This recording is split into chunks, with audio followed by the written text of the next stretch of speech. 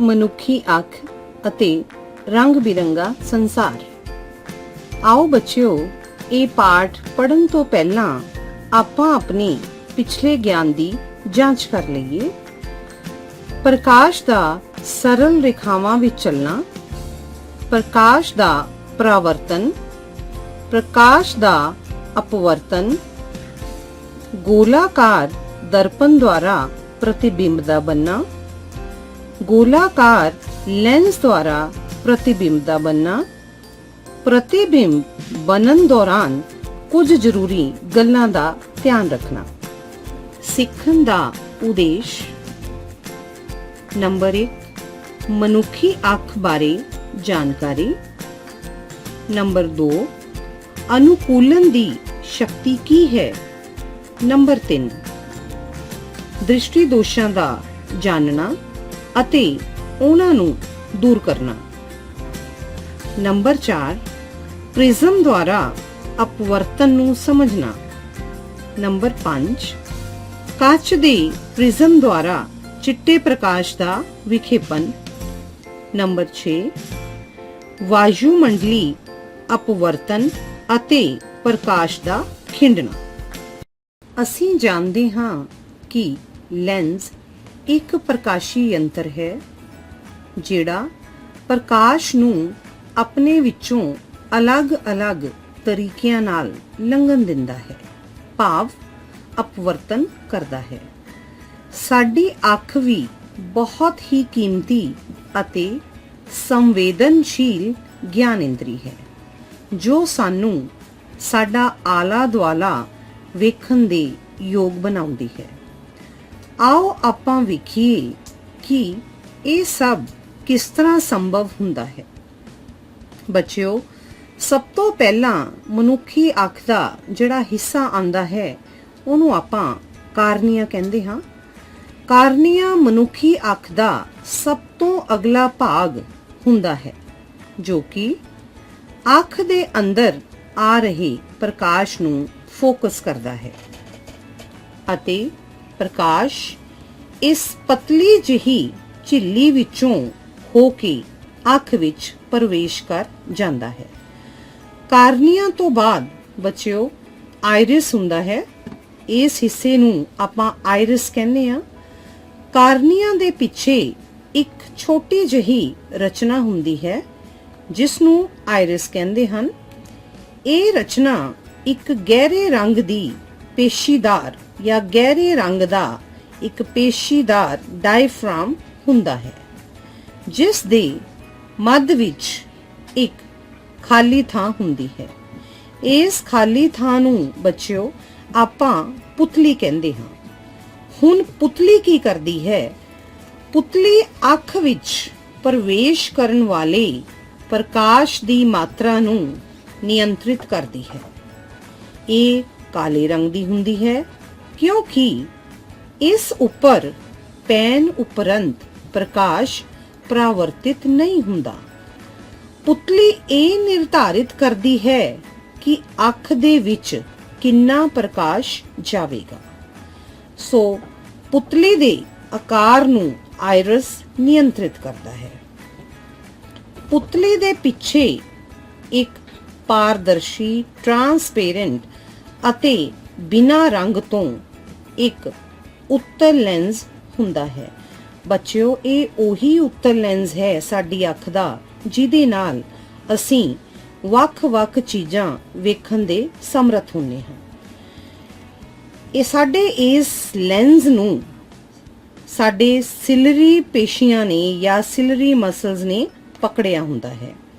ਇਹ ਪੇਸ਼ੀਆਂ ਲੈਂਸ ਨੂੰ ਆਪਣੇ ਸਥਾਨ ਤੇ ਰੱਖਦੀਆਂ ਹਨ ਅਤੇ ਵੱਖ-ਵੱਖ ਫੋਕਸ ਦੂਰੀਆਂ ਲਈ ਲੈਂਸ ਦੇ ਵਕਰਤਾ ਕੇਂਦਰ ਨੂੰ ਬਦਲਦੀਆਂ ਰਹਿੰਦੀਆਂ ਹਨ। ਭਾਵ ਸਾਡਾ ਲੈਂਸ ਇੱਕ ਲਚਕੀਲੀ ਜੈਲੀ ਵਰਗੀ ਇੱਕ ਬਹੁਤ ਹੀ ਨਾਜ਼ੁਕ ਜਿਹੀ ਝਿੱਲੀ ਹੈ ਜੋ ਕਿ ਮੱਧ ਵਿੱਚ ਥੋੜਾ ਸਖਤ ਅਤੇ ਕਿਨਾਰਿਆਂ ਤੋਂ ਬਹੁਤ ਹੀ ਲਚਕੀਲਾ ਹੁੰਦਾ ਹੈ। ਹੁਣ ਇਹਦਾ ਜਿਹੜਾ ਲਚਕੀਲਾਪਨ ਹੈ ਬੱਚਿਓ, ਇਹ ਕੀ ਕਰਦਾ ਹੈ ਕਿ ਜਦੋਂ ਦੂਰ ਦੀ ਵਸਤੂ ਵੇਖਣ ਲਈ ਇਹ ਲਚਕੀਲਾਪਨ, ਇਹ ਜਿਹੜੀਆਂ ਮਾਸਪੇਸ਼ੀਆਂ ਹੁੰਦੀਆਂ, ਸਿਲਰੀ ਮਸਲਸ ਜਿਹਨੂੰ ਆਪਾਂ ਕਹਿੰਦੇ ਆ, ਇਹ ਪੇਸ਼ੀਆਂ ਥੋੜੀ ਜੀਆਂ ਢਿੱਲੀਆਂ ਹੋ ਜਾਂਦੀਆਂ। ਮੰਨ ਲਓ ਅਸੀਂ ਜਦੋਂ ਦੂਰ ਦੀ ਵਸਤੂ ਦੇਖਣੀ ਹੁੰਦੀ ਹੈ ਤਾਂ ਉਸੇ ਸਮੇਂ ਸਾਡੀਆਂ ਸਿਲਰੀ ਪੇਸ਼ੀਆਂ ਦਾ ਜਿਹੜਾ ਲਚਕੀਲਾਪਨ ਹੈ ਇਹ ਬਹੁਤ ਜ਼ਿਆਦਾ ਵੱਧ ਜਾਂਦਾ ਹੈ, ਜੋ ਕਿ ਸਾਡੇ ਲੈਂਸ ਨੂੰ ਪਤਲਾ ਬਣਾ ਦਿੰਦੇ ਹਨ ਅਤੇ ਇਸ ਨਾਲ ਲੈਂਸ ਦੀ ਫੋਕਸ ਦੂਰੀ ਵੀ ਵੱਧ ਜਾਂਦੀ ਹੈ। ਜਦੋਂ ਇਹੀ ਲੈਂਸ ਨੇੜੇ ਦੀਆਂ ਵਸਤੂਆਂ ਵੇਖਣ ਲਈ ਕੰਮ ਕਰਦਾ ਹੈ ਤਾਂ ਇਹੀ ਲੈਂਸ ਹੁਣ ਮੋਟਾ ਹੋ ਜਾਂਦਾ ਹੈ, ਜੋ ਕਿ ਫੋਕਸ ਦੂਰੀ ਨੂੰ ਘਟਾ ਦਿੰਦਾ ਹੈ। ਨੇਤਰ ਲੈਂਸ ਦੀ ਉਹ ਸਮਰੱਥਾ ਜਿਸ ਦੇ ਕਾਰਨ ਉਹ ਆਪਣੀ ਫੋਕਸ ਦੂਰੀ ਨੂੰ ਵਿਵਸਥਿਤ ਕਰ ਲੈਂਦਾ ਹੈ, ਬੱਚਿਓ, ਉਸ ਨੂੰ ਆਪਾਂ ਅਨੁਕੂਲਨ ਕਹਿੰਦੇ ਹਾਂ। ਨੇਤਰ ਲੈਂਸ ਰੈਟੀਨਾ ਉੱਤੇ ਕਿਸੇ ਵਸਤੂ ਦਾ ਉਲਟਾ ਅਤੇ ਵਾਸਤਵਿਕ ਪ੍ਰਤੀਬਿੰਬ ਬਣਾਉਂਦੀ ਹੈ। ਬੱਚਿਓ, ਰੈਟੀਨਾ ਕੀ ਹੈ? ਰੈਟੀਨਾ ਇੱਕ ਬਹੁਤ ਹੀ ਕੋਮਲ ਜਿਹੀ ਝਿੱਲੀ ਹੈ ਜਿਸ ਵਿੱਚ ਬਹੁਤ ਸਾਰੇ ਪ੍ਰਕਾਸ਼ ਪ੍ਰਤੀ ਸੰਵੇਦਨਸ਼ੀਲ ਸੈੱਲ ਹੁੰਦੇ ਹਨ, ਜੋ ਕਿ ਬਿਜਲਈ ਸੰਕੇਤ ਉਤਪੰਨ ਕਰਦੇ ਹਨ ਅਤੇ ਇਹ ਸੰਦੇਸ਼ ਪ੍ਰਕਾਸ਼ੀ ਨਾੜੀਆਂ ਰਾਹੀਂ ਦਿਮਾਗ ਤੱਕ ਪਹੁੰਚਾ ਦਿੰਦੇ ਹਨ।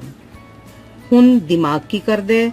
ਦਿਮਾਗ, ਬੱਚਿਓ, ਇਹਨਾਂ ਸੰਕੇਤਾਂ ਨੂੰ ਅਨੁਵਾਦ ਕਰਕੇ ਸੂਚਨਾ ਅੱਗੇ ਭੇਜਦਾ ਹੈ, ਜਿਸ ਤੋਂ ਅਸੀਂ ਵਸਤੂਆਂ ਨੂੰ ਉਸ ਤਰ੍ਹਾਂ ਦਾ ਹੀ ਵੇਖ ਸਕਦੇ ਹਾਂ ਜਿਸ ਤਰ੍ਹਾਂ ਦੀਆਂ ਉਹ ਹੁੰਦੀਆਂ ਹਨ।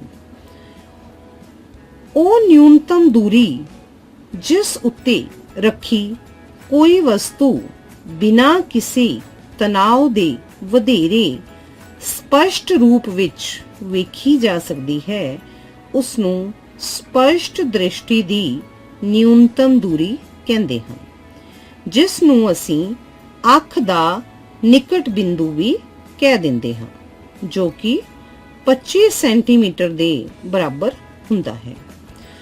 ਉਹ ਦੂਰਤਮ ਬਿੰਦੂ ਜਿਸ ਤੱਕ ਕੋਈ ਵੀ ਇੱਕ ਸਧਾਰਨ ਅੱਖ ਵੱਖ-ਵੱਖ ਵਸਤੂਆਂ ਨੂੰ ਸਪਸ਼ਟ ਰੂਪ ਵਿੱਚ ਵੇਖ ਸਕਦੀ ਹੈ, ਉਹ ਅੱਖ ਦਾ ਦੂਰ ਬਿੰਦੂ ਕਹਾਉਂਦੀ ਹੈ।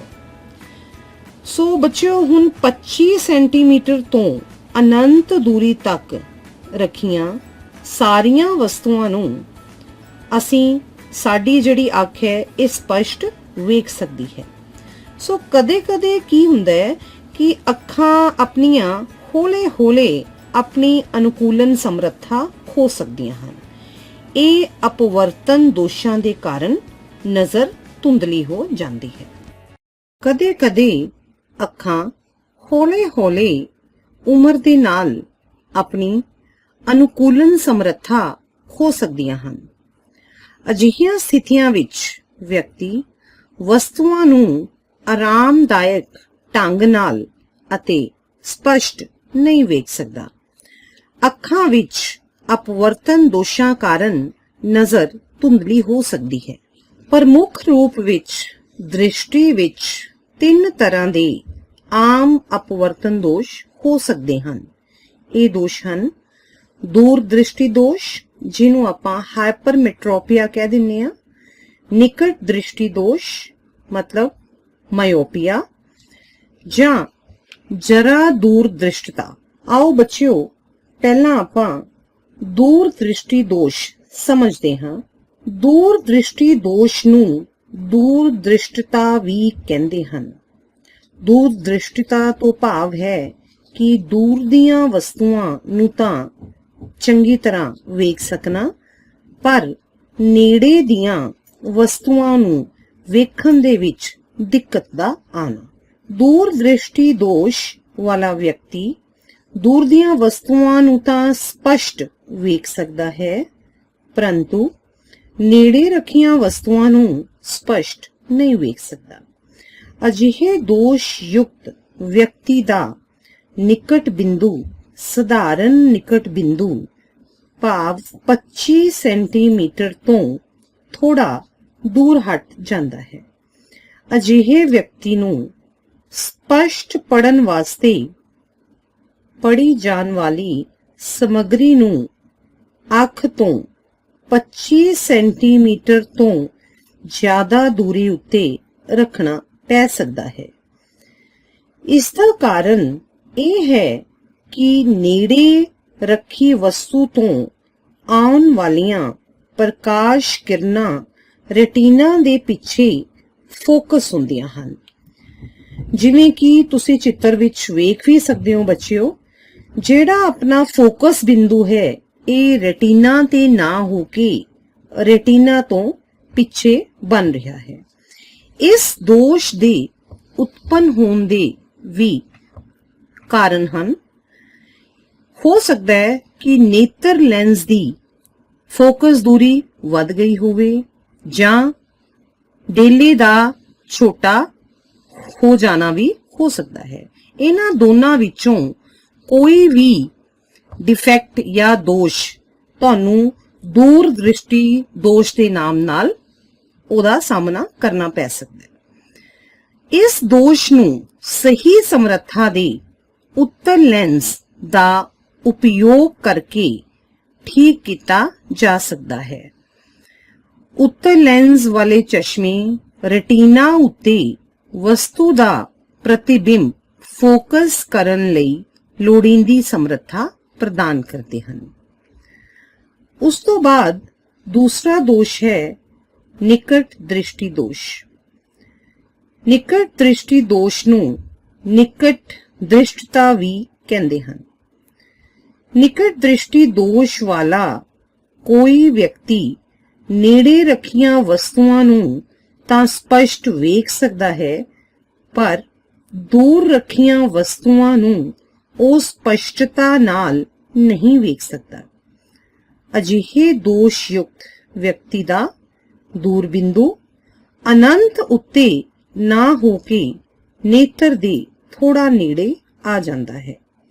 ਅਜਿਹਾ ਵਿਅਕਤੀ ਕੁਝ ਮੀਟਰ ਦੂਰ ਰੱਖੀਆਂ ਵਸਤੂਆਂ ਨੂੰ ਤਾਂ ਸਪਸ਼ਟ ਵੇਖ ਸਕਦਾ ਹੈ, ਪਰ ਦੂਰ ਵਾਲੀਆਂ ਨੂੰ ਨਹੀਂ। ਨਿਕਟ ਦ੍ਰਿਸ਼ਟੀ ਦੋਸ਼ ਯੁਕਤ ਅੱਖ ਵਿੱਚ ਕਿਸੇ ਦੂਰ ਰੱਖੀ ਵਸਤੂ ਦਾ ਪ੍ਰਤੀਬਿੰਬ ਰੈਟੀਨਾ ਉੱਤੇ ਨਾ ਬਣ ਕੇ ਰੈਟੀਨਾ ਦੇ ਸਾਹਮਣੇ ਬਣਦਾ ਹੈ। ਇਸ ਦੋਸ਼ ਦੇ ਉਤਪੰਨ ਹੋਣ ਦੇ ਵੀ ਕੁਝ ਕਾਰਨ ਹੋ ਸਕਦੇ ਹਨ। ਉਹਨਾਂ ਵਿੱਚੋਂ ਨੇਤਰ ਲੈਂਸ ਦੀ ਵਕਰਤਾ ਦਾ ਵੱਧ ਹੋਣਾ ਜਾਂ ਡੇਲੇ ਦਾ ਲੰਬਾ ਹੋ ਜਾਣਾ। ਇਸ ਦੋਸ਼ ਨੂੰ ਸਹੀ ਸਮਰੱਥਾ ਦੇ ਅਵਤਲ ਲੈਂਸ ਦੇ ਉਪਯੋਗ ਦੁਆਰਾ ਠੀਕ ਕੀਤਾ ਜਾ ਸਕਦਾ ਹੈ। ਜਿਸ ਤਰ੍ਹਾਂ ਕਿ ਤੁਸੀਂ ਦੇਖ ਰਹੇ ਹੋ ਕਿ ਸਹੀ ਸਮਰੱਥਾ ਵਾਲਾ ਅਵਤਲ ਲੈਂਸ ਵਸਤੂ ਦੇ ਪ੍ਰਤੀਬਿੰਬ ਨੂੰ ਵਾਪਸ ਰੈਟੀਨਾ ਉੱਤੇ ਲੈ ਆਉਂਦਾ ਹੈ ਅਤੇ ਇਸ ਪ੍ਰਕਾਰ ਇਹ ਦੋਸ਼ ਠੀਕ ਹੋ ਸਕਦਾ ਹੈ। ਸਾਡੇ ਕੋਲ ਇੱਕ ਹੋਰ ਦੋਸ਼ ਵੀ ਹੈ ਜਿਹਨੂੰ ਅਸੀਂ ਜ਼ਰਾ ਦੂਰ ਦ੍ਰਿਸ਼ਟਤਾ ਵੀ ਕਹਿ ਦਿੰਦੇ ਹਾਂ। ਬੱਚਿਓ, ਉਮਰ ਵਿੱਚ ਵਾਧਾ ਹੋਣ ਦੇ ਨਾਲ-ਨਾਲ ਮਨੁੱਖੀ ਅੱਖ ਦੀ ਅਨੁਕੂਲਨ ਸਮਰੱਥਾ ਘਟ ਜਾਂਦੀ ਹੈ। ਵਧੇਰੇ ਵਿਅਕਤੀਆਂ ਦਾ ਨਿਕਟ ਬਿੰਦੂ ਦੂਰ ਹਟ ਜਾਂਦਾ ਹੈ। ਇਸ ਲਈ ਸੋਧੇ ਹੋਏ ਚਸ਼ਮੇ ਤੋਂ ਬਿਨਾਂ ਉਹਨਾਂ ਨੂੰ ਵਸਤੂਆਂ ਨੂੰ ਆਰਾਮਦਾਇਕ ਢੰਗ ਨਾਲ ਸਪਸ਼ਟ ਵੇਖਣ ਵਿੱਚ ਥੋੜੀ ਕਠਿਨਾਈ ਆਉਂਦੀ ਹੈ। ਇਸ ਦੋਸ਼ ਨੂੰ ਜ਼ਰਾ ਦੂਰ ਦ੍ਰਿਸ਼ਟਤਾ ਕਹਿੰਦੇ ਹਨ। ਇਹ ਦੋਸ਼ ਸਿਲਿਆਮਈ ਪੇਸ਼ੀਆਂ, ਜਿਹੜੀਆਂ ਅਸੀਂ ਸਿਲਰੀ ਮਸਲਸ ਦੀ ਗੱਲ ਕੀਤੀ ਹੈ, ਇਸ ਦੇ ਹੌਲੇ-ਹੌਲੇ ਕਮਜ਼ੋਰ ਹੋਣ ਅਤੇ ਕ੍ਰਿਸਟਲੀ ਲੈਂਸ ਦੇ ਲਚੀਲੇਪਨ ਵਿੱਚ ਕਮੀ ਆਉਣ ਕਾਰਨ ਉਤਪੰਨ ਹੁੰਦਾ ਹੈ। ਕਦੇ-ਕਦੇ ਕਿਸੇ ਵਿਅਕਤੀ ਦੀ ਅੱਖ ਵਿੱਚ ਦੋਵੇਂ ਪ੍ਰਕਾਰ ਦੇ ਦੋਸ਼ ਆ ਸਕਦੇ ਹਨ, ਨਿਕਟ ਦ੍ਰਿਸ਼ਟੀ ਦੋਸ਼ ਅਤੇ ਦੂਰ ਦ੍ਰਿਸ਼ਟੀ ਦੋਸ਼। ਅਜਿਹੇ ਵਿਅਕਤੀਆਂ ਨੂੰ ਵਸਤੂਆਂ ਨੂੰ ਸਪਸ਼ਟ ਵੇਖਣ ਲਈ ਦੋ ਫੋਕਸੀ ਲੈਂਸ ਦੀ ਲੋੜ ਹੁੰਦੀ ਹੈ, ਜਿਹਨੂੰ ਅਸੀਂ ਬਾਈਫੋਕਲ ਲੈਂਸ ਵੀ ਕਹਿ ਦਿੰਦੇ ਹਾਂ। ਸਧਾਰਨ ਪ੍ਰਕਾਰ ਦੇ ਦੋ ਫੋਕਸੀ ਲੈਂਸਾਂ ਵਿੱਚ ਅਪਤਲ ਅਤੇ ਉੱਤਲ ਲੈਂਸ ਦੋਵੇਂ ਹੀ ਲੱਗੇ ਹੁੰਦੇ ਹਨ। ਉੱਪਰਲੇ ਭਾਗ ਵਿੱਚ ਅਪਤਲ ਲੈਂਸ ਹੁੰਦਾ ਹੈ। ਇਹ ਦੂਰ ਦੀਆਂ ਵਸਤੂਆਂ ਨੂੰ ਸਪਸ਼ਟ ਦੇਖਣ ਵਿੱਚ ਸਹਾਇਤਾ ਕਰਦਾ ਹੈ ਅਤੇ ਹੇਠਲੇ ਭਾਗ ਵਿੱਚ ਉੱਤਲ ਲੈਂਸ ਹੁੰਦਾ ਹੈ, ਜੋ ਕਿ ਨੇੜੇ ਦੀਆਂ ਵਸਤੂਆਂ ਨੂੰ ਸਪਸ਼ਟ ਦੇਖਣ ਵਿੱਚ ਸਹਾਇਤਾ ਕਰਦਾ ਹੈ। ਬੱਚਿਓ, ਅੱਜਕੱਲ ਸਪਰਸ਼ ਲੈਂਸ ਜਾਂ ਸਰਜਰੀ ਦੁਆਰਾ ਦ੍ਰਿਸ਼ਟੀ ਰੋਗਾਂ ਨੂੰ ਠੀਕ ਕਰਨਾ ਸੰਭਵ ਹੈ। ਕੱਚ ਦੇ ਪ੍ਰਿਜ਼ਮ ਦੁਆਰਾ ਚਿੱਟੇ ਪ੍ਰਕਾਸ਼ ਦਾ ਵਿਖੇਪਨ। ਬੱਚਿਓ, ਤੁਸੀਂ ਜ਼ਰੂਰ ਸਤਰੰਗੀ ਪੀਂਗ ਨੂੰ ਵੇਖਿਆ ਹੋਵੇਗਾ। ਜਦੋਂ ਬਾਰਿਸ਼ ਪੈ ਕੇ ਹਟਦੀ ਹੈ ਤਾਂ ਉਸ ਤੋਂ ਬਾਅਦ ਸਾਨੂੰ ਕਈ ਵਾਰ ਵਾਤਾਵਰਣ ਵਿੱਚ, ਵਾਯੂਮੰਡਲ ਵਿੱਚ ਸਤਰੰਗੀ ਪੀਂਗ ਵੇਖਣ ਨੂੰ ਮਿਲਦੀ ਹੈ। ਉਹਦੇ ਰੰਗ ਵੀ ਬਹੁਤ ਸੋਹਣੇ ਲੱਗਦੇ ਆ ਸਾਨੂੰ। ਆਪਾਂ ਇੱਕ ਗੱਤੇ ਦੀ ਇੱਕ ਮੋਟੀ ਸ਼ੀਟ ਲੈਣੇ ਆ ਤਾਂ ਉਹਦੇ ਮੱਧ ਵਿੱਚ ਇੱਕ ਛੋਟੀ ਜਿਹੀ ਝਿਰੀ ਬਣਾਉਂਦੇ ਆ। ਇਹ ਝਿਰੀ ਅਸੀਂ ਤਾਂ ਬਣਾਈ ਤਾਂ ਕਿ ਸਾਨੂੰ ਇੱਕ ਪ੍ਰਕਾਸ਼ ਦਾ ਬਹੁਤ ਤਿੱਖਾ ਅਤੇ ਛੋਟਾ ਪ੍ਰਕਾਸ਼ ਪੁੰਜ ਪ੍ਰਾਪਤ ਹੋ ਸਕੇ। ਸੋ ਇਸ ਪਤਲੀ ਝਿਰੀ ਉੱਤੇ ਸੂਰਜੀ ਪ੍ਰਕਾਸ਼ ਜਦੋਂ ਪੈਂਦਾ ਹੈ ਤਾਂ ਇਸ ਨਾਲ ਸਾਨੂੰ ਚਿੱਟੇ ਪ੍ਰਕਾਸ਼ ਦਾ ਇੱਕ ਛੋਟਾ ਜਿਹਾ ਤੇ ਪਤਲਾ, ਜਿਹੜੇ ਬੀਮ ਦੀ ਫਾਰਮ 'ਚ ਹੁੰਦਾ, ਇੱਕ ਕਿਰਨ ਪੁੰਜ ਪ੍ਰਾਪਤ ਹੋ ਜਾਂਦਾ ਹੈ। ਹੁਣ ਕੱਚ ਦਾ ਇੱਕ ਪ੍ਰਿਜ਼ਮ ਲਾਓ ਤੇ ਇਸ ਪ੍ਰਿਜ਼ਮ ਨੂੰ ਇਸ ਝਿਰੀ ਤੋਂ ਪ੍ਰਕਾਸ਼ ਦੇ ਇੱਕ ਪਾਸੇ ਉੱਤੇ ਪਾਓ। ਝਿਰੀ ਨੂੰ ਹੌਲੇ ਜਿਹੇ ਇੰਨਾ ਕੁ ਘੁਮਾਓ ਕਿ ਇਸ ਤੋਂ ਬਾਹਰ ਨਿਕਲਣ ਵਾਲਾ ਪ੍ਰਕਾਸ਼ ਕੋਲ ਰੱਖੇ ਕਿਸੇ ਪਰਦੇ ਉੱਤੇ ਵਿਖਾਈ ਦੇਣ ਲੱਗੇ। ਸੋ ਤੁਸੀਂ ਕੀ ਦੇਖਦੇ ਹੋ? ਤੁਸੀਂ ਰੰਗਾਂ ਦੀ ਇੱਕ ਸੁੰਦਰ ਪੱਟੀ ਵੇਖੋਗੇ। ਸੋ ਅਜਿਹਾ ਕਿਉਂ ਹੁੰਦਾ ਹੈ? ਇਹ ਅਜਿਹਾ ਕਿਹਨੇ ਕੀਤਾ? ਇਹ ਸਭ ਪ੍ਰਿਜ਼ਮ ਦੇ ਦੁਆਰਾ ਹੀ ਪ੍ਰਾਪਤ ਹੋਇਆ। ਸੋ ਸੰਭਵ ਹੈ ਕਿ ਪ੍ਰਿਜ਼ਮ ਨੇ ਆਪਾਤੀ ਚਿੱਟੇ ਪ੍ਰਕਾਸ਼ ਨੂੰ ਰੰਗਾਂ ਦੀ ਪੱਟੀ ਵਿੱਚ ਤੋੜ ਦਿੱਤਾ। ਸੋ ਇਸ ਰੰਗੀਨ ਪੱਟੀ ਦੇ ਦੋਵੇਂ ਸਿਰਿਆਂ ਉੱਤੇ ਵਿਖਾਈ ਦੇਣ ਵਾਲੇ ਰੰਗਾਂ ਨੂੰ ਨੋਟ ਕਰੋ। ਵਿਖਾਈ ਦੇਣ ਵਾਲੇ ਭਿੰਨ ਰੰਗਾਂ ਦਾ ਹੇਠੋਂ ਉੱਪਰ ਨੂੰ ਕ੍ਰਮ ਹੋਵੇਗਾ: ਬੈਂਗਣੀ, ਜਾਮਨੀ, ਨੀਲਾ, ਹਰਾ, ਪੀਲਾ, ਨਾਰੰਗੀ ਅਤੇ ਲਾਲ। ਜਿਹਨੂੰ ਕਿ ਤੁਸੀਂ ਛੋਟੀਆਂ ਕਲਾਸਾਂ 'ਚ ਪਹਿਲਾਂ ਵੀ ਪੜ੍ਹਦੇ ਆ ਰਹੇ ਹੋ। ਇਸ ਰੰਗਾਂ ਨੂੰ ਅਸੀਂ ਵਿਬਗਿਓਰ ਦਾ ਨਾਮ ਦਿੰਦੇ ਹਾਂ, VIBGYOR। ਸੋ ਤੁਹਾਨੂੰ ਰੰਗਾਂ ਦੇ ਕ੍ਰਮ ਯਾਦ ਰੱਖਣ ਵਿੱਚ ਇਹ ਜਿਹੜਾ ਤੁਹਾਡਾ ਪੈਟਰਨ ਹੈ ਇਹ ਸਹਾਇਤਾ ਕਰੂਗਾ। ਸੋ ਇਹਨੂੰ ਆਪਾਂ ਸਪੈਕਟਰਮ ਵੀ ਕਹਿ ਦਿੰਦੇ ਹਾਂ। ਸੋ ਚਿੱਟੇ ਪ੍ਰਕਾਸ਼ ਦੇ ਘਟਕ ਰੰਗਾਂ ਦੀ ਇਸ ਪੱਟੀ ਨੂੰ ਆਪਾਂ ਕੀ ਕਹਿਣਾ ਹੈ? ਸਪੈਕਟਰਮ। ਹੋ ਸਕਦਾ ਹੈ ਕਿ ਤੁਸੀਂ ਸਾਰੇ ਰੰਗਾਂ ਨੂੰ ਵੱਖ-ਵੱਖ ਨਾ ਵੇਖ ਸਕੋ। ਸੋ ਫਿਰ ਵੀ ਕੁਝ ਅਜਿਹਾ ਜ਼ਰੂਰ ਹੈ ਜੋ ਹਰ ਰੰਗ ਨੂੰ ਇੱਕ ਦੂਜੇ ਤੋਂ ਵੱਖ ਕਰਦਾ ਹੈ। ਸੋ ਚਿੱਟਾ ਪ੍ਰਕਾਸ਼ ਪ੍ਰਿਜ਼ਮ ਦੁਆਰਾ ਆਪਣੇ 7 ਘਟਕ ਰੰਗਾਂ ਵਿੱਚ ਵੰਡ ਹੋ ਜਾਂਦਾ ਹੈ। ਆਈਜ਼ਕ ਨਿਊਟਨ, ਜੋ ਕਿ ਇੱਕ ਸਾਇੰਸਦਾਨ ਰਹੇ ਹਨ, ਇਹਨਾਂ ਨੇ ਸਭ ਤੋਂ ਪਹਿਲਾਂ ਸੂਰਜ ਦੇ ਪ੍ਰਕਾਸ਼ ਦਾ ਸਪੈਕਟਰਮ ਪ੍ਰਾਪਤ ਕਰਨ ਲਈ ਕੱਚ ਦੇ ਪ੍ਰਿਜ਼ਮ ਦਾ ਉਪਯੋਗ ਕੀਤਾ। ਵਾਯੂਮੰਡਲੀ ਅਪਵਰਤਨ। ਬੱਚਿਓ, ਅਸੀਂ ਆਪਣੀ ਰੋਜ਼ਾਨਾ ਜ਼ਿੰਦਗੀ ਵਿੱਚ ਕਈ ਕੁਦਰਤੀ ਘਟਨਾਵਾਂ ਵੇਖਦੇ ਹਾਂ, ਜਿਵੇਂ ਕਿ ਤਾਰਿਆਂ ਦਾ ਟਿਮਟਿਮਾਉਣਾ। ਇਹ ਸਭ ਪ੍ਰਿਥਵੀ ਦੇ ਵਾਯੂਮੰਡਲ ਕਾਰਨ ਪ੍ਰਕਾਸ਼ ਦਾ ਅਪਵਰਤਨ ਦਾ ਹੀ ਇੱਕ ਪ੍ਰਭਾਵ ਹੈ। ਤਾਰਿਆਂ ਦਾ ਟਿਮਟਿਮਾਉਣਾ। ਅਸੀਂ ਤਾਰਿਆਂ ਨੂੰ ਵਾਯੂਮੰਡਲ ਦੀਆਂ ਅਲੱਗ-ਅਲੱਗ ਮੋਟੀਆਂ ਪਰਤਾਂ, ਜੋ ਕਿ ਗਤੀਸ਼ੀਲ ਹਵਾ ਦੀਆਂ ਹੁੰਦੀਆਂ ਹਨ, ਇਹਨਾਂ ਵਿੱਚੋਂ ਵੇਖਦੇ ਹਾਂ। ਇਸ ਕਰਕੇ ਤਾਰੇ ਦਾ ਪ੍ਰਕਾਸ਼ ਜਦੋਂ ਅਲੱਗ-ਅਲੱਗ ਵਾਯੂਮੰਡਲੀ ਪਰਤਾਂ, ਜੋ ਕਿ ਅਲੱਗ-ਅਲੱਗ ਘਣਤਾ ਦੀਆਂ ਹੁੰਦੀਆਂ ਹਨ, ਇਹਨਾਂ ਵਿੱਚੋਂ ਲੰਘ ਕੇ ਸਾਡੇ ਕੋਲ ਪਹੁੰਚਦਾ ਹੈ ਤਾਂ ਸਾਨੂੰ ਤਾਰਾ ਟਿਮਟਿਮਾਉਂਦਾ ਹੋਇਆ ਪ੍ਰਤੀਤ ਹੁੰਦਾ ਹੈ। ਸਾਨੂੰ ਪਤਾ ਹੈ ਕਿ ਪ੍ਰਕਾਸ਼ ਜਦੋਂ ਸੰਘਣੇ ਤੋਂ ਵਿਰਲੇ ਜਾਂ ਵਿਰਲੇ ਤੋਂ ਸੰਘਣੇ ਮਾਧਿਅਮ ਵੱਲ ਜਾਂਦਾ ਹੈ ਤਾਂ ਉਹ ਲੰਬ ਵੱਲ ਜਾਂ ਲੰਬ ਤੋਂ ਥੋੜਾ ਦੂਰ ਹੋ ਜਾਂਦਾ ਹੈ। ਇਹ ਸਭ ਤੁਸੀਂ ਬੱਚਿਓ ਪਿਛਲੇ ਅਧਿਆਏ ਵਿੱਚ ਜਦੋਂ ਤੁਸੀਂ ਅਪਵਰਤਨ ਪੜ੍ਹਿਆ, ਪ੍ਰਕਾਸ਼ ਦਾ ਅਪਵਰਤਨ, ਉਸ ਵਿੱਚ ਕਰ ਚੁੱਕੇ ਹੋ, ਜਿਸ ਨਾਲ ਤਾਰਾ ਆਪਣੀ ਸਥਿਤੀ ਬਦਲਦਾ ਰਹਿੰਦਾ ਹੈ ਤੇ ਸਾਨੂੰ ਇਹ ਆਭਾਸ ਹੁੰਦਾ ਹੈ ਕਿ ਉਹਦੀ ਸਥਿਤੀ ਬਦਲਣ ਕਰਕੇ ਉਹਦਾ ਜਿਹੜਾ ਪ੍ਰਕਾਸ਼ ਹੈ ਉਹ ਘੱਟ ਵੱਧ ਹੁੰਦਾ ਰਹਿੰਦਾ ਹੈ, ਜਿਸ ਕਰਕੇ ਸਾਨੂੰ ਉਹ ਟਿਮਟਿਮਾਉਂਦਾ ਹੋਇਆ ਲੱਗਦਾ ਹੈ। ਅਸੀਂ ਤਾਰਿਆਂ ਨੂੰ ਵਾਯੂਮੰਡਲ ਦੀਆਂ ਅਲੱਗ-ਅਲੱਗ ਮੋਟੀਆਂ ਪਰਤਾਂ ਜੋ ਕਿ ਗਤੀਸ਼ੀਲ ਹਵਾ ਦੀਆਂ ਹੁੰਦੀਆਂ ਹਨ, ਇਹਨਾਂ ਵਿੱਚੋਂ ਵੇਖਦੇ ਹਾਂ। ਇਸ ਕਰਕੇ ਤਾਰੇ ਦਾ ਪ੍ਰਕਾਸ਼ ਜਦੋਂ ਅਲੱਗ-ਅਲੱਗ ਵਾਯੂਮੰਡਲੀ ਪਰਤਾਂ ਜੋ ਕਿ ਅਲੱਗ-ਅਲੱਗ ਘਣਤਾ ਦੀਆਂ ਹੁੰਦੀਆਂ ਹਨ, ਇਹਨਾਂ ਵਿੱਚੋਂ ਲੰਘ ਕੇ ਸਾਡੇ ਕੋਲ ਪਹੁੰਚਦਾ ਹੈ ਤਾਂ ਸਾਨੂੰ ਤਾਰਾ ਟਿਮਟਿਮਾਉਂਦਾ ਹੋਇਆ ਪ੍ਰਤੀਤ ਹੁੰਦਾ ਹੈ। ਸਾਨੂੰ ਪਤਾ ਹੈ ਕਿ ਪ੍ਰਕਾਸ਼ ਜਦੋਂ ਸੰਘਣੇ ਤੋਂ ਵਿਰਲੇ ਜਾਂ ਵਿਰਲੇ ਤੋਂ ਸੰਘਣੇ ਮਾਧਿਅਮ ਵੱਲ ਜਾਂਦਾ ਹੈ ਤਾਂ ਉਹ ਲੰਬ ਵੱਲ ਜਾਂ ਲੰਬ ਤੋਂ ਥੋੜਾ ਦੂਰ ਹੋ ਜਾਂਦਾ ਹੈ।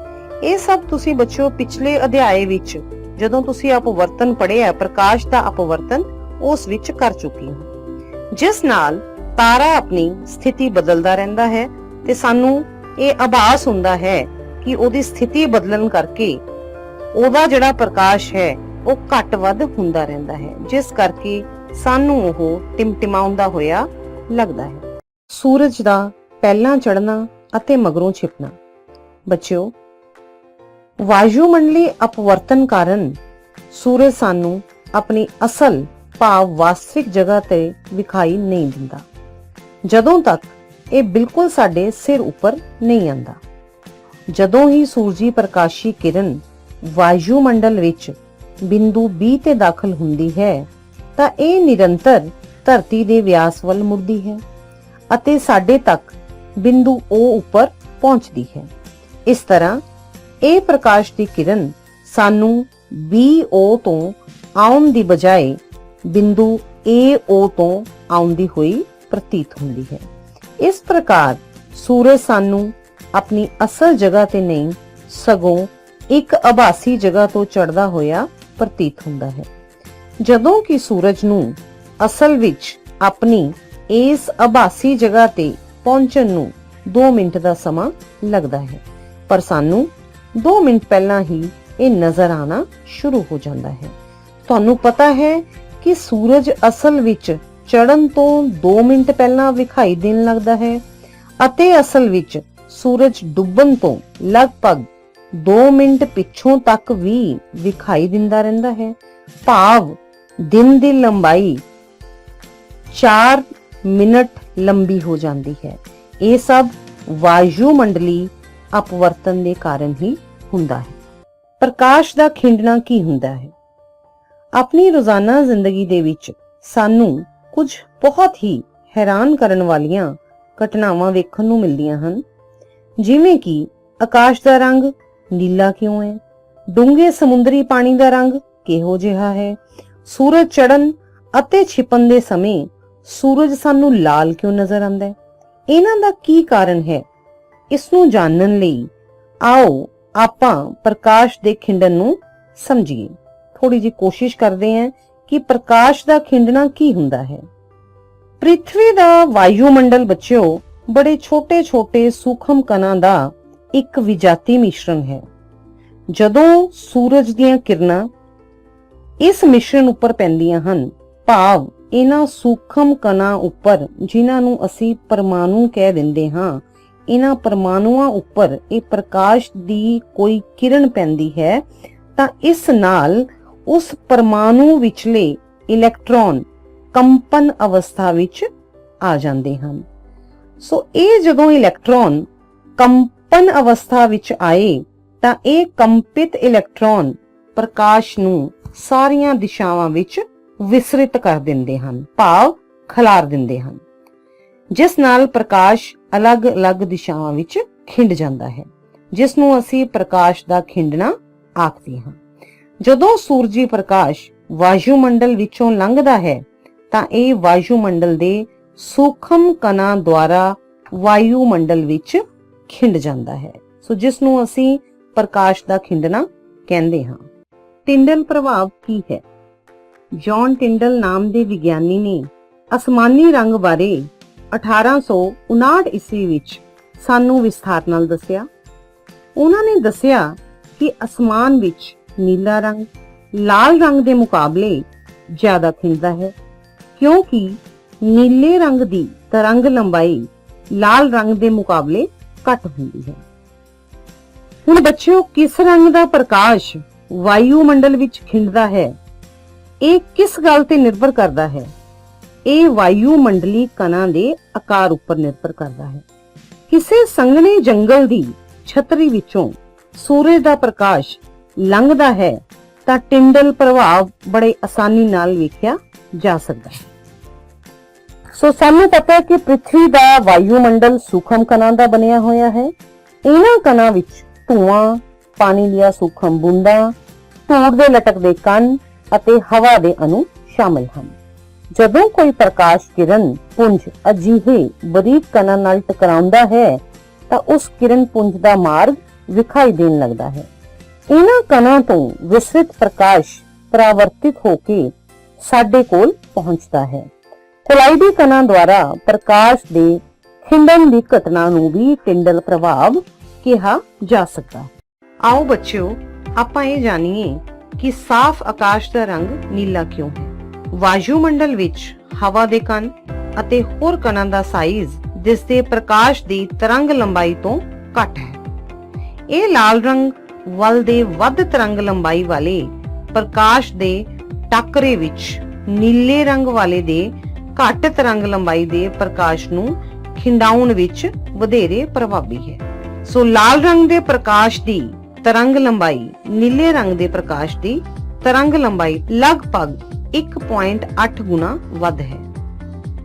ਇਸ ਲਈ ਜਦੋਂ ਸੂਰਜ ਦਾ ਪ੍ਰਕਾਸ਼ ਵਾਯੂਮੰਡਲ ਵਿੱਚੋਂ ਲੰਘਦਾ ਹੈ ਤਾਂ ਹਵਾ ਦੇ ਸੂਖਮ ਕਣ ਲਾਲ ਰੰਗ ਦੇ ਟਾਕਰੇ ਵਿੱਚੋਂ ਨੀਲੇ ਰੰਗ ਨੂੰ ਵੱਧ ਪ੍ਰਬਲਤਾ ਨਾਲ ਖਿੰਡਾਉਂਦੇ ਹਨ, ਕਿਉਂਕਿ ਨੀਲੇ ਰੰਗ ਦੀ ਤਰੰਗ ਲੰਬਾਈ ਘੱਟ ਹੈ। ਖਿੰਡਿਆ ਹੋਇਆ ਨੀਲਾ ਪ੍ਰਕਾਸ਼ ਸਾਡੀਆਂ ਅੱਖਾਂ ਵਿੱਚ ਪ੍ਰਵੇਸ਼ ਕਰਦਾ ਹੈ। ਮੰਨ ਲਓ ਜੇ ਪ੍ਰਿਥਵੀ ਉੱਪਰ ਵਾਯੂਮੰਡਲ ਨਾ ਹੁੰਦਾ ਤਾਂ ਕੋਈ ਵੀ ਖਿੰਡਰਨ ਨਾ ਹੁੰਦਾ ਤੇ ਆਕਾਸ਼ ਕਾਲਾ ਪ੍ਰਤੀਤ ਹੁੰਦਾ। ਬਹੁਤ ਉਚਾਈ ਉੱਤੇ ਉੱਡਣ ਵਾਲੇ ਯਾਤਰੀਆਂ ਨੂੰ ਆਕਾਸ਼ ਕਾਲਾ ਪ੍ਰਤੀਤ ਹੁੰਦਾ ਹੈ, ਕਿਉਂਕਿ ਇੰਨੀ ਉਚਾਈ ਉੱਤੇ ਖਿੰਡਰਨ ਨਾ ਦੇ ਬਰਾਬਰ ਹੁੰਦਾ ਹੈ। ਤੁਸੀਂ ਵੇਖਿਆ ਹੋਵੇਗਾ ਕਿ ਖਤਰੇ ਦੇ ਸਿਗਨਲ ਦਾ ਪ੍ਰਕਾਸ਼ ਲਾਲ ਰੰਗ ਦਾ ਹੁੰਦਾ ਹੈ, ਕਿਉਂਕਿ ਲਾਲ ਰੰਗ ਦੀ ਤਰੰਗ ਲੰਬਾਈ ਵੱਧ ਹੈ ਤੇ ਲਾਲ ਰੰਗ ਧੁੰਦ ਜਾਂ ਧੂਏ ਵਿੱਚ ਸਭ ਤੋਂ ਘੱਟ ਖਿੰਡਦਾ ਹੈ। ਇਸ ਲਈ ਇਹ ਦੂਰ ਤੋਂ ਹੀ ਵੇਖਿਆ ਜਾ ਸਕਦਾ ਹੈ। ਸੂਰਜ ਨਿਕਲਣ ਅਤੇ ਸੂਰਜ ਛਿਪਣ ਸਮੇਂ ਸੂਰਜ ਦਾ ਰੰਗ। ਕੀ ਤੁਸੀਂ ਕਦੀ ਸੂਰਜ ਨਿਕਲਦੇ ਅਤੇ ਸੂਰਜ ਛਿਪਣ ਸਮੇਂ ਆਕਾਸ਼ ਅਤੇ ਸੂਰਜ ਨੂੰ ਵੇਖਿਆ ਹੈ? ਤੁਸੀਂ ਸੋਚਿਆ ਹੈ ਕਿ ਸੂਰਜ ਅਤੇ ਉਸ ਦੇ ਆਲੇ ਦੁਆਲੇ ਦਾ ਆਕਾਸ਼ ਲਾਲ ਕਿਉਂ ਪ੍ਰਤੀਤ ਹੁੰਦਾ ਹੈ? ਆਕਾਸ਼ ਦੇ ਨੀਲੇ ਰੰਗ ਅਤੇ ਸੂਰਜ ਚੜ੍ਹਨ ਅਤੇ ਸੂਰਜ ਡੁੱਬਣ ਸਮੇਂ ਸੂਰਜ ਦਾ ਰੰਗ ਲਾਲ ਹੋਣ ਦਾ ਕੀ ਕਾਰਨ ਹੈ?